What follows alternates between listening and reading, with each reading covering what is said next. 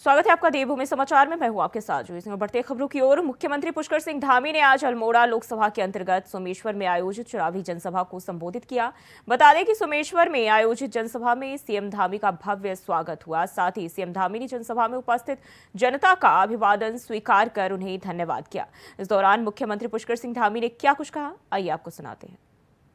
सीमाओं पर अपना बलिदान देते रहे, अपनी सेवाएं देते रहे। कोई सेना में है, कोई अर्धसैनिक बलों में है। देश के किसी न किसी कोने में अपनी सेवा भारत माता के लिए प्रदान करने वाला ये वीर भूमि है, जहां हमको गौरव है कि उत्तराखंड देवभूमि है। देवभूमि के साथ वीर भूमि भी है। अभी पिछले दिनों इसी क्षेत्र के हमारे भारत माता के वीर सपूत देश की रक्षा करते हुए बोरारू घाटी चनौदा के गूंगा गांव के वीर सपूत कमल सिंह भाकुनी वीर व्यक्ति को प्राप्त हुए। मैं उनको भी अपनी भावभीनी श्रद्धांजलि देता हूं कि और उनको नमन करता हूं। वो हमेशा हमारे स्मरण में रहेंगे। मैं अभी चुनाव के समय में आया हूं, इसलिए ये चाहती थी कि इस क्षेत्र में बहुत सारी घोषणाएं भी यहाँ पर हों, तो वो हालांकि घोषणाएं नहीं करी है, तब देखिए ये हाल है। कितनी देर तक पढ़ रही थी अभी? मेरे ख्याल से अगर और समय होता तो मेरे ख्याल से आधा पौन घंटा और पढ़ सकती थी अभी। कितने काम हो गए हैं। तो मैं फिर आऊंगा आप सबके बीच में। आज तो मैं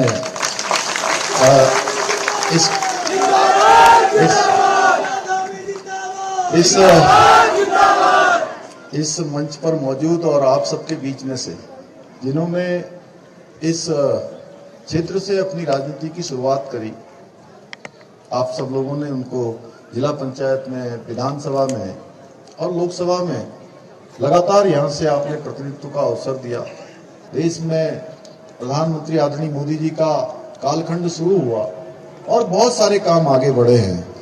तो इन्होंने अल्मोड़ा पिथौरागढ़ लोकसभा के लिए निरंतर इस पूरी लोकसभा को आगे बढ़ाने के लिए काम किया है।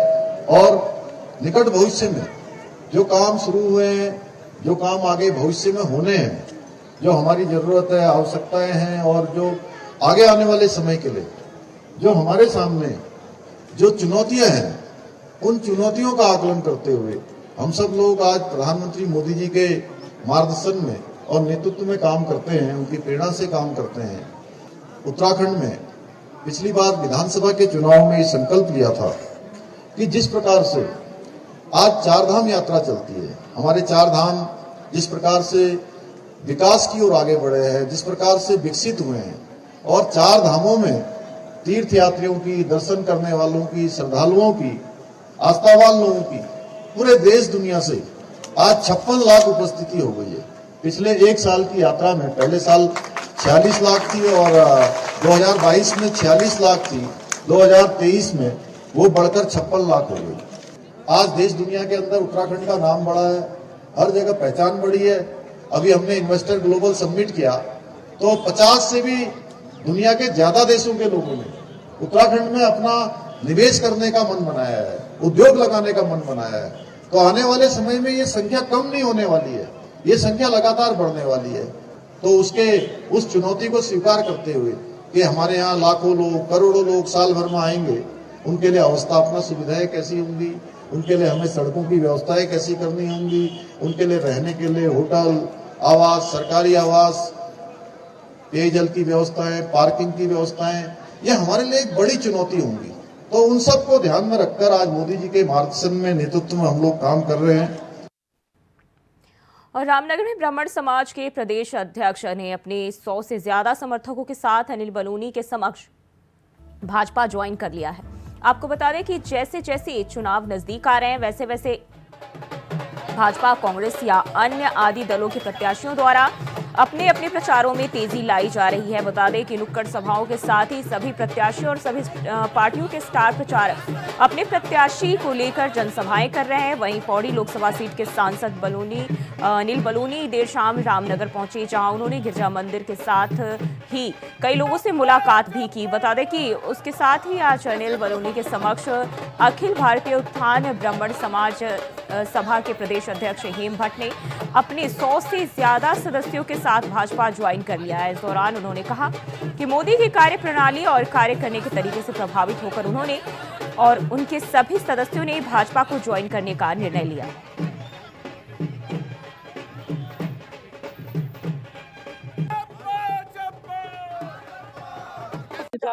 बड़ी संख्या में लोग भारतीय जनता पार्टी में मोदी जी की विकास की यात्रा में शामिल हो रहे हैं।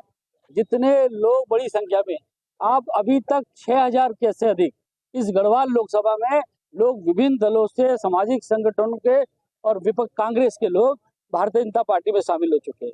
हम सब लोग मिलकर इस पूरे गढ़वाल लोकसभा और साथ में उत्तराखंड के विकास के लिए हम सब लोग काम करने वाले हैं। और जितने भी राजनीतिक कार्यकर्ता भारतीय जनता पार्टी में लगातार शामिल हो रहे हैं, वह मोदी जी की नीतियों और उनके नेतृत्व से प्रभावित होकर सब लोग शामिल हो रहे हैं और निश्चित तौर पे एक बड़ी जीत की ओर हम सब लोग बढ़ रहे हैं। बहुत बहुत धन्यवाद। मैंने जो है मोदी जी से प्रभावित होकर के और सनातन की रक्षा के लिए जो ब्राह्मण सभा का प्रदेश अध्यक्ष होने के नाते पूरे हिंदुस्तान में अगर सनातन की कोई रक्षा कर सकता है तो भारतीय जनता पार्टी कर सकती है। इसलिए हमारे कई यहाँ महेंद्र अधिकारी पूर्व चेयरमैन हल्द्वानी यहाँ आए हुए हैं, इनका निवेदन था और हमने इनके नेतृत्व में आज जो है भारतीय जनता पार्टी ज्वाइन की है। और अनिल बलूनी जी से प्रभावित होकर के, क्योंकि उनके कार्यकाल को देखते हुए, क्योंकि उन्होंने बिना कुछ होते हुए भी यहाँ पुल की घोषणा और यहाँ पे डाम, तोमड़िया डाम को, जलाशय को जो है टूरिज्म क्षेत्र घोषित करना, कॉर्बेट के 2-3 गेट एक्स्ट्रा खोलना, रोजगार को बढ़ावा देना, अगर ये कुछ बन जाएंगे केंद्र में, हम चाहते हैं भगवान करे जीत के मंत्री बने, और तो हमारे रामनगर का और उत्तराखंड का विकास होगा, ये मुझे पूरी। और इसी खबर पर ज्यादा जानकारी के साथ तुषार गुप्ता हमारे साथ लाइव जुड़ गए हैं। तुषार, ब्राह्मण समाज के प्रदेश अध्यक्ष हेम भट्ट ने अपने 100 से ज्यादा समर्थकों के साथ बीजेपी ज्वाइन कर लिया है, क्या जानकारी मिल रही है इसे लेकर? देखिए, बिल्कुल जिस तरह से देखा जा रहा है कि भारतीय जनता पार्टी में जो सामाजिक संगठन के साथ साथ जो विपक्षी दल के नेता हैं वो लगातार जुड़ते हुए नजर आ रहे हैं, और इसी के साथ जो ब्राह्मण समाज के अध्यक्ष हैं और उनके साथ जो उनके समर्थक हैं, उन्होंने आज जो बलूनी है, अनिल बलूनी, उनके भारतीय जनता पार्टी ज्वाइन करी है, भारतीय जनता पार्टी में शामिल हुए हैं और पूरा समर्थन देने की बात की गई है। तो कहीं ना कहीं उनका कहना है साफ तौर पर, जो ब्राह्मण समाज के अध्यक्ष है, कि जिस तरह से प्रधानमंत्री नरेंद्र मोदी ने विकास की धारा बहाई है, साथ साथ जिस तरह से वो सनातन धर्म के साथ चलने वाले पूरी भारतीय जनता पार्टी लगातार कार्य करती है सनातन धर्म को लेकर, और प्रधानमंत्री नरेंद्र मोदी को लेकर भी उन्होंने कहा है कि जिस तरह से प्रधानमंत्री नरेंद्र मोदी राम मंदिर को लेकर अपना स्टैंड दिया था, साथ साथ जिस तरह से सनातन धर्म को लेकर जिस तरह से भारतीय जनता पार्टी चलती है, उसी के तहत जो ब्राह्मण समाज है उसका पूरा समर्थन भारतीय जनता पार्टी को उत्तराखंड में जाता हुआ नजर आ रहा है। वहीं अगर अनिल बलूनी की बात करूं, जो भाजपा के प्रत्याशी है पौड़ी लोकसभा सीट से, उनका कहना है कि अब तक 6000 से अधिक कार्यकर्ता और नेता भाजपा ज्वाइन कर चुके हैं गढ़वाल लोकसभा सीट पर, और लगातार ये कुनबा बढ़ता हुआ नजर आएगा। वहीं अगर बात की जाए तो जो बद्रीनाथ एक विधानसभा सीट थी, वहाँ के विधायक को भी भाजपा ने तोड़ दिया है और अपनी जो भाजपा है वो ज्वाइन करा दी है, जिसके बाद गढ़वाल मुक्त पूरी लोकसभा हो गई है पौड़ी।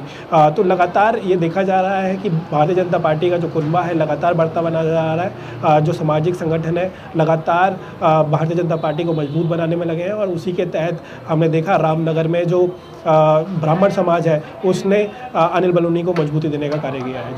जी तुषार, जैसे जैसे लोकसभा चुनाव नजदीक आ रहे हैं, कांग्रेस के लिए मुश्किलें जो है बढ़ती हुई दिखाई दे रही है।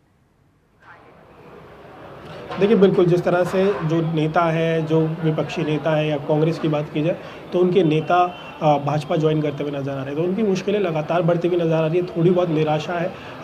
लगातार ये मांग की जा रही है कि जो बड़े नेता हो वो उत्तराखंड आए। 13 अप्रैल को प्रियंका गांधी भी आ रही है, जो कहीं ना कहीं मजबूती देने का काम करेगी पार्टी को। लेकिन फिलहाल जो निराशा है साफ तौर पर जो उनके नेता है कांग्रेस के, उनके चेहरों पर नजर आ रहे हैं, क्योंकि जो सामाजिक संगठन है साथ साथ जो उनके नेता है वो भाजपा ज्वाइन कर रहे हैं। दिनेश अग्रवाल पूर्व कैबिनेट धर्मपुर से काफ़ी मजबूत कैंडिडेट रहे हैं, हर समय उन्होंने कांग्रेस को मजबूती देने का काम किया है, लेकिन वो भी भाजपा ज्वाइन करते हैं। उन पर ईडी ना सीबीआई की कोई जांच चल रही है। तो ऐसे में जिस तरह से प्रधानमंत्री नरेंद्र मोदी की विकास धारा से, विचारधारा से लोग जुड़ते हुए नजर आ रहे हैं, तो कहीं ना कहीं उत्तराखंड में लोकसभा चुनाव 2024 के लिए ये काफ़ी बड़ी मुसीबत कांग्रेस के लिए बन सकते हैं। जी तुषार, अगर देखें तो पीएम मोदी की छाप न केवल जनता में बल्कि विपक्षी जो पार्टियां हैं उनके नेताओं में भी कहीं ना कहीं खूब देखी जा रही है। देखिए बिल्कुल, जिस तरह से निराशा देखने को मिल रही है, विपक्षी दल के नेता जिस तरह से टूटते हुए नज़र आ रहे हैं। इंडिया गठबंधन के तहत उत्तराखंड में जो कांग्रेस पार्टी है वो लड़ने जा रही है। आम आदमी पार्टी पूरा समर्थन जो कांग्रेस पार्टी को देने जा रही है, लेकिन फिर भी कहा जा सकता है कि जिस तरह से बड़े नेता जा रहे हैं तो कहीं ना कहीं निराशा जरूर है। क्योंकि उनकी जो प्रभारी है कुमारी शैलजा, प्रदेश प्रभारी कांग्रेस की, वो अब तक फरवरी माह से मार्च बीत चुका है, अब तक वो उत्तराखंड दोबारा नहीं आई है। तो एक केंद्र नेतृत्व की बहुत कमी है। उनका कहना है कि सह प्रभारी दीपिका पांडे हमेशा यहाँ पर आती है, लेकिन फिर भी जो संगठन मजबूत होना चाहिए था वो संगठन मजबूत होता हुआ नज़र नहीं आ रहा है। बड़े नेताओं में जो तीखी नोकझोंक है वो देखी हुई नज़र आ रही है। जो कोऑर्डिनेशन बनना चाहिए था वो कोऑर्डिनेशन नहीं बन पा रहा है। तो कहीं ना कहीं कांग्रेस के लिए मुश्किलें हैं। अगर कुछ नेता दायित्व मांग रहे थे लेकिन उन्हें दायित्व नहीं मिला, कुछ लोग प्रत्याशी के चुनने से नाराज थे, तो कहीं ना कहीं निराशा पूरे कांग्रेस पार्टी में देखने को मिल रही है। और लगातार ये कोशिश की जा रही है संगठन द्वारा और प्रदेश अध्यक्ष करण मेहरा द्वारा कि संगठन को मजबूत रखा जाए, स्टेबल रखा जाए। और इसी के तहत प्रियंका गांधी यहाँ पर आएगी 13 अप्रैल को। कोशिश करेंगे कि जो यहाँ पर बिगड़े माहौल है उन्हें एकजुट किया जाए। जी तुषार, बने रहिए हमारे साथ, अगली खबर पे भी आपका रुख करेंगे। और बढ़ते हैं आगे। कांग्रेस हाईकमान ने उत्तराखंड चुनाव कैंपेन कमेटी का गठन कर दिया। ऑल इंडिया कांग्रेस कमेटी ने 100 नेताओं को कैंपेन कमेटी की जिम्मेदारी दी है। पूर्व कांग्रेस प्रदेश अध्यक्ष और विधायक प्रीतम सिंह को उत्तराखंड चुनाव कैंपेन कमेटी का अध्यक्ष बनाया गया है। हाईकमान ने चुनाव प्रचार खत्म होने से 9 दिन पहले कांग्रेस चुनाव अभियान समिति का गठन किया। कमेटी में प्रदेश अध्यक्ष करण मेहरा, नेता प्रतिपक्ष यशपाल आर्य, पूर्व मुख्यमंत्री हरीश रावत के साथ ही सभी लोकसभा प्रत्याशियों, सभी विधायकों, पूर्व विधायकों, 2022 के विधायक प्रत्याशियों और आनुषंगिक संगठनों के अध्यक्षों को जगह दी गई है। वहीं कांग्रेस प्रदेश उपाध्यक्ष सूर्यकांत धस्माना ने हाई कमान के फैसले की सराहना करते हुए राज्य की 5 लोकसभा सीटें जीतने का दावा किया है।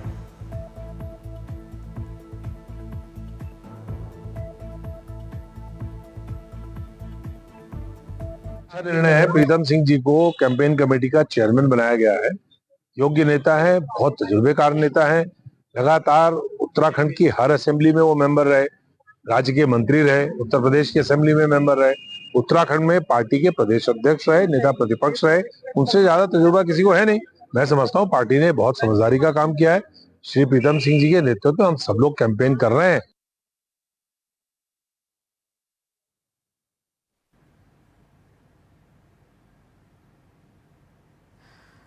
और तुषार गुप्ता लगातार हमारे साथ बने। तुषार, अब जो है कांग्रेस की ओर से ऑल इंडिया कांग्रेस कमेटी ने 100 नेताओं को कैंपेन की जिम्मेदारी दी है, क्या खबर मिल रही है इसे लेकर? कैंपेन कमेटी का जो गठन है वो कर दिया गया है AICC द्वारा, और लगातार ये प्रयास किया जा रहा है कि जो नेता है कांग्रेस के उन्हें जिम्मेदारी दी जाए। और उसी के तहत लगातार जो ऑल इंडिया कांग्रेस कमेटी है वो अपने पदाधिकारियों को जिम्मेदारी देती हुई नजर आ रही है। 100 नाम इसमें शामिल है, जिसमें इस कमेटी का अध्यक्ष प्रीतम सिंह को बनाया गया है, जो कैंपेन में प्रचार प्रसार करके जो तेज़ी है वो देने की कोशिश करेंगे। तो लगातार कांग्रेस भी अपने आप पार्टी को मजबूत करते हुए नजर आ रही है। कई ऐसे नाम हैं जो लगातार ये कोशिश कर रहे हैं कि पार्टी का जो प्रचार प्रसार है वो बढ़ता हुआ नजर आए। जो प्रदेश प्रवक्ता गरिमा दसवानी जी हमारे साथ। मैम, कैंपेन कमेटी का गठन हो गया है, कितनी मजबूती मिलेगी इसके बाद अगर बात की जाए? निश्चित रूप से जब कई हाथ बढ़ते हैं मजबूती आती है। जो 100 लोग कैंपेनिंग कमेटी में है वो अपने अपने क्षेत्र में और जिस चीज़ में वो माहिर है वो काम करेंगे। और चुनाव अपने चरम पर है, चुनाव अपने पीक पर है और सबसे महत्वपूर्ण चरण में है, अंतिम चरण में है। इसी चरण में सबसे ज़्यादा ज़रूरत होती है मतदाता को अपनी तरफ झुकाव करने की।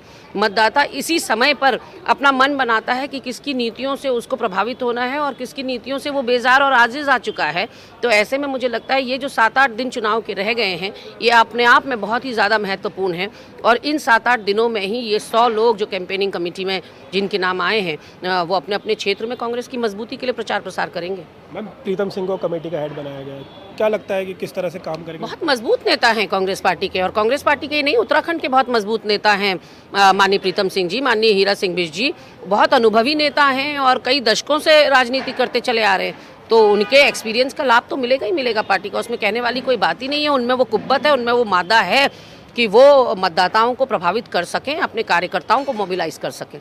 हम एक प्रश्न आ रहा है, मैं कुमारी शैलजा फरवरी के बाद से उत्तराखंड नहीं आई, क्या लगता है क्या वजह होगी? क्या कार्यकर्ताओं में वो जोश भरने की ज़रूरत है? अभी एक संगठन को मजबूत करने की ज़रूरत है। देखिए, चुनाव पूरे देश में चल रहे हैं, केवल उत्तराखंड में नहीं चल रहे हैं और कुमारी शैलजा जी हमारे वरिष्ठतम नेताओं में से एक हैं। ऐसे में अपने गृह राज्य में भी उनकी कुछ रिस्पॉन्सिबिलिटीज़ हैं।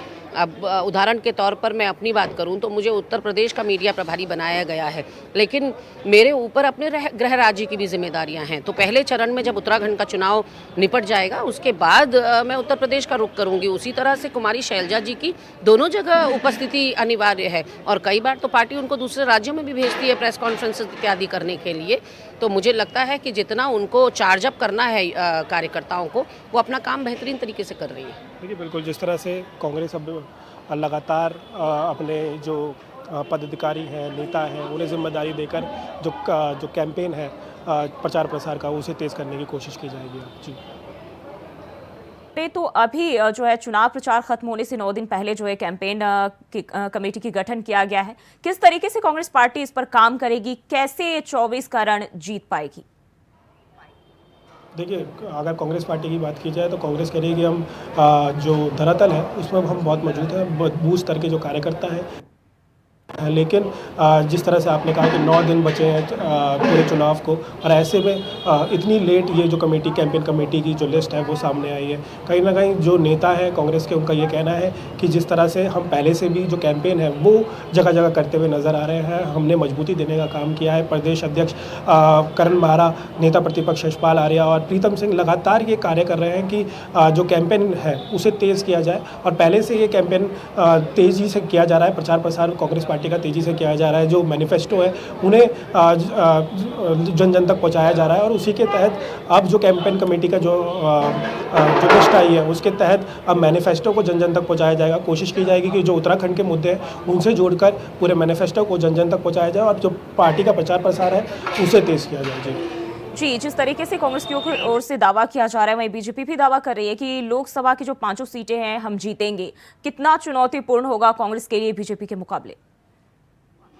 देखिए, अगर मैं एक दशक की बात करूं, यानी कि 2 चुनाव की, तो उसमें कांग्रेस को 5 सीटें हारी है कांग्रेस ने, और 5 सीटों पर भाजपा ने 10 सालों से राज किया है, और ये भी उनका पूरा कॉन्फिडेंस है कि 5 सीटें इस बार भी जीतेंगे। लेकिन कांग्रेस ये कह रही है कि पौड़ी और हरिद्वार में टफ फाइट है। लेकिन फिलहाल जो 3 सीटें हैं, जिसमें अल्मोड़ा, उधम सिंह नगर और मैं टिहरी की बात करूँ, तो उसमें कोई फाइट नज़र नहीं आ रही है, खुद कांग्रेस के नेताओं का कहना है। तो ऐसे में मान सकते हैं कि पौड़ी और हरिद्वार लोकसभा सीट में अपनी जान जो पूरी झोंकने की कोशिश करी जाएगी कांग्रेस नेताओं द्वारा, और उसी के तहत लगातार जो पार्टी है वो प्रचार प्रसार कर रही है। अब देखना होगा कि कितना फ़ायदा कौन सी, क्योंकि 19 तारीख के बाद फिलहाल जब मतदान होगा, जब पता चलेगा कि कितना प्रभाव किस पर डला है, कौन सी पार्टी ने कितना प्रचार प्रसार किया है, अब ये देखना होगा 19 अप्रैल के बाद। तुषार, बहुत बहुत शुक्रिया आपका जानकारी साझा करने के लिए।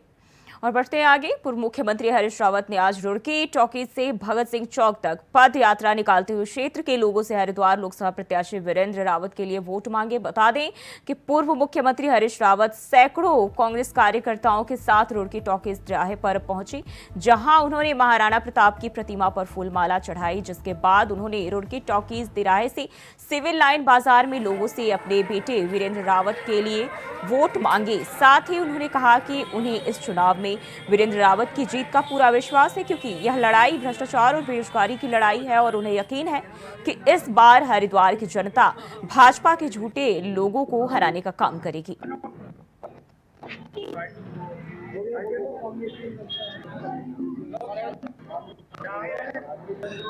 बेरोजगारी चरम पर है, कहीं विकास ठप पड़ा हुआ है, सड़कें जर्जर हालत में हैं, बिजली लोगों को लगातार मिल नहीं रही है, लोगों की कठिनाइयाँ निरंतर बढ़ रही हैं, केवल जुमले हैं, वेबनेस बढ़ाया जा रहा है, दलित पीड़ित है, महिलाओं पर अत्याचार की घटनाएं बढ़ गई हैं। तो मुद्दे तो बहुत सारे ऐसे हैं जो जनता से सीधे संबंधित होते हैं। निश्चित तौर पर ये बदलाव का मानस है, और देश जो है 2004 दोहराने जा रहा है।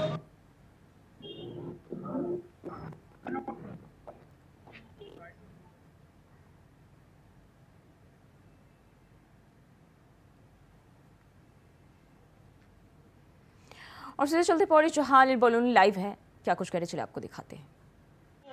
आगे बढ़ाया है, पूरे देश को किस प्रकार से विकास की राह पे डाला है। आप सब लोग जानते हैं कि उत्तराखंड के साथ मोदी जी का क्या लगाव है। आप सब लोग जानते हैं उत्तराखंड के साथ मोदी जी बहुत ही नजदीकी से जुड़े हुए हैं। आप सब लोग जानते हैं कि मोदी जी जब प्रधानमंत्री नहीं थे, जब मुख्यमंत्री नहीं थे, जब वो राजनीति में नहीं थे, तब भी इसी उत्तराखंड में साधना करते थे, यहीं के साथ जुड़े हैं। उनका उत्तराखंड के लोगों के साथ बहुत ही जबरदस्त जुड़ाव है। उत्तराखंड की समस्याओं को वो जानते हैं, उत्तराखंड की समस्याओं के समाधान को वो जानते हैं, और जिस तेजी के साथ उत्तराखंड को लेके जा रहे हैं, मैं भी आप सब जानते हैं। आप सब लोग जानते हैं कि मोदी जी ने कहा है कि आने वाला दशक उत्तराखंड का होगा। आने वाले 5 सालों में उत्तराखंड के अंदर जबरदस्त काम होगा। आने वाले 5 सालों में उत्तराखंड के अंदर विकास की गंगा बहेगी, और आने वाले 5 सालों में हमारे जो घर में बेरोजगार बच्चे हैं उनको भी रोजगार मिलेगा, पहाड़ से पलायन भी रुकेगा, और हमारे मैदानी इलाके में विकास भी होगा। लगातार मोदी जी का प्रयास है कि देश के अंदर विकास हो, और उत्तराखंड तो उनका विशेष तरह है। आप सब लोग जानते हैं कि मोदी जी का उत्तराखंड के लोगों के साथ कितना लगाव है। उनके आसपास सभी उत्तराखंड के लोग हैं। अगर आप कभी टेलीविजन चैनल पे देखेंगे तो उनके साथ राष्ट्रीय सुरक्षा सलाहकार अजीत डोभाल हर वक्त दिखते हैं। आप जब लोग देखते हैं कि उत्तराखंड के हर लोगों के साथ उनके आसपास जितने मजबूत अफसर हैं वो सब उत्तराखंड के हैं। पूरे कोरोना में उत्तराखंड के राजेश भूषण IAS ऑफिसर वो स्वास्थ्य सचिव थे, और पूरे टाइम वो देश को देखते थे। इसी प्रकार से जितने सचिव हैं वो उत्तराखंड के हैं। आप जानते हैं इसी मिट्टी के लाल बिपिन रावत जी को, जनरल बिपिन रावत को देश का पहला सेनापति बनाया, देश का पहला CDS जनरल बिपिन रावत का बनाया, वो भी इसी उत्तराखंड के हैं। आप सब लोग जानते हैं कि उनके स्वर्गवास हुआ, और उनके बाद दूसरा CDS जनरल अनिल चौहान को बनाया, वह भी इसी उत्तराखंड से थे, उत्तराखंड से हैं। आप जानते हैं NSA, आप जानते हैं जो हमारे यहाँ से रॉ के चीफ अनिल धस्माना, वो भी उत्तराखंड से हैं। लगातार सब लोग उत्तराखंड के लोग उनके इर्द गिर्द हैं। पूरे देश के लोग मुझसे पूछते हैं कि भाई ये उत्तराखंड के लोगों में ऐसा क्या है, ये उत्तराखंड के लोगों पे मोदी जी का इतना विश्वास क्यों है। मैंने कहा उत्तराखंड के लोग मेहनत करना जानते हैं, उत्तराखंड के लोग ईमानदार हैं, उत्तराखंड के लोग परिश्रम की पराकाष्ठा करना जानते हैं, उत्तराखंड के लोग जानते हैं कि कैसे ईमानदारी से काम करना है। इसलिए मोदी जी का उनपे इतना प्रेम है, इतना मोदी जी का इसलिए उनका स्नेह है। आप सब लोग जानते हैं मोदी जी लगातार उत्तराखंड के विकास के बारे में सोचते हैं, और इसलिए जब उत्तराखंड से इतना उनका लगाव है तो हम लोगों को भी तो मोदी जी के साथ जवाबदेही है। हम भी तो उनको दोबारा मुख्यमंत्री प्रधानमंत्री चुनना पड़ेगा। हम लोग भी तो दोबारा से उनको प्रधानमंत्री के लिए वोट करना है। 19 तारीख को मोदी जी को चुनाव करना है, मोदी जी को वोट देना है। आप एक बटन यहाँ अनिल बलूनी के नाम पे कमल के बटन पे दबाएंगे, सीधा वोट दिल्ली में मोदी जी के अकाउंट पे चले जाएगा, और मोदी जी प्रधानमंत्री बनेंगे। आप सब लोग जानते हैं मोदी जी लगातार हम सबके लिए कर रहे हैं। क्या कोई ऐसे देश है, आप देखिए दुनिया में इतने बड़े बड़े देश हैं, इतने बड़े बड़े देश हैं, अमेरिका, इंग्लैंड है, जापान है, किसी ने अपने नागरिकों के बारे में कोरोना में नहीं सोचा होगा। मोदी जी ना उनके आगे कोई है ना पीछे कोई है, उनका परिवार आप सब लोग और हम सब लोग हैं। जितनी माताएं बहनें बैठी है वो सब उनका परिवार है, जितने भाई लोग बैठे हैं सब मोदी जी का परिवार है। और मोदी जी ने जब पूरे दुनिया में किसी की कोरोना में हिम्मत नहीं हुई, मोदी जी ने कहा मैं अपने देशवासियों को नहीं मरने दूंगा, अपने परिवारजनों को नहीं मरने दूंगा। सबको 3-3 वैक्सीन लगाई है, सबको 3-3 वैक्सीन। दुनिया में किसी देश ने अपने नागरिकों को फ्री वैक्सीन नहीं लगाई, मोदी जी ने फ्री वैक्सीन लगाई है सब लोगों को। आप सब लोग जानते हैं कि मोदी जी ने जब कोरोना का काल आया उसके बाद आज भी और आने वाले 5 साल तक भी सबको 80 करोड़ लोगों को फ्री राशन देते हैं, आने वाले 5 साल तक भी देने वाले हैं। ये मोदी जी हैं जो अपने परिवार वालों के लिए सोचते हैं। आप सब लोग जानते हैं मोदी जी ने अपने सभी देशवासियों को आयुष्मान कार्ड दिया, आप सबको आयुष्मान कार्ड दिया होगा। मोदी जी किसान सम्मान निधि दे रहे हैं, मोदी जी सब लोगों को वृद्धावस्था पेंशन, विकलांग पेंशन, तरह तरह की पेंशन दे रहे हैं। मोदी जी हमारे बारे में सारे काम करते हैं, तो मोदी जी के बारे में हम कैसे नहीं करेंगे। यहाँ पर इतनी बड़ी संख्या में माताएं बहनें हैं, सब माताएं बहनें सुन लीजिए, जितनी माताएं बहनें यहाँ बैठी हैं, मोदी जी सबको अपनी बहन अपनी माता मानते हैं। आप सब लोगों के लिए पिछले 70 साल से कांग्रेस ने कभी नहीं किया होगा, मोदी जी ने सबको महिला विधेयक पास किया। कल आने वाले समय में 33% आरक्षण कर दिया आप लोगों के लिए। अब सांसद विधायक आप लोग बनेंगी, महिलाएं बनेंगी और राजनीति में स्वच्छता भी आएगी। मोदी जी ने प्रण लिया है। माताओं बहनों आप सब बता दीजिएगा, हर जगह जाके बताइएगा, हर महिला को बताइएगा। मोदी जी ने कहा है सारी बहनों को, देश की सारी बहनों को लखपति दीदी बनाने का प्रण लिया है। मोदी जी ने कहा सबको लखपति दीदी बनाऊंगा, सब लोगों की महिलाओं के लिए काम करूंगा। आप सबको ड्रोन दीदी बनाने का संकल्प लिया है। आप सब लोगों को महिलाओं के विकास की बात मोदी जी ने की है। मोदी जी के रहते हुए किसी माता बहन को चिंता करने की जरूरत नहीं, किसी माता बहन को किसी चीज की चिंता करने की जरूरत नहीं है। इसलिए सभी माताएं बहनें तय कर लें, 100% शपथ ले लीजिए सारी माताएं बहनें, 100% मोदी जी को वोट देना है। मोदी जी को एक तरफा वोट देना है सब लोगों ने। भाइयों बहनों, आप सब जानते हैं इस उत्तराखंड को मोदी जी किस लेवल पे ले जाना चाहते हैं। इस देवभूमि को कहीं और ले जाना चाहते हैं, इस देवभूमि को महान बनाना चाहते हैं। आप सबके सहयोग की जरूरत है, अगले 5 साल की जरूरत है। आप जितने लोग यहाँ पर बैठे हैं, चुनाव का समय है, समय कम है, बहुत बड़ा क्षेत्र है। आप सब लोग जितने लोग यहाँ बैठे हैं, आप ही नरेंद्र मोदी हैं, आप ही पुष्कर सिंह धामी हैं, आप ही अनिल बलूनी हैं। घर घर जाके बताइए मोदी जी को प्रधानमंत्री बनाना है, मोदी जी को प्रधानमंत्री बनाना है, मोदी जी को प्रधानमंत्री बनाना है। आप सब शपथ ले लीजिए और कांग्रेस का कोई बचा नहीं। तो पौड़ी से लोकसभा प्रत्याशी अनिल बलूनी को आप लाइव सुन रहे थे और फिलहाल के लिए देवभूमि समाचार में बस इतना ही। खबरों के लिए बने रहिए इंडिया वॉइस के साथ।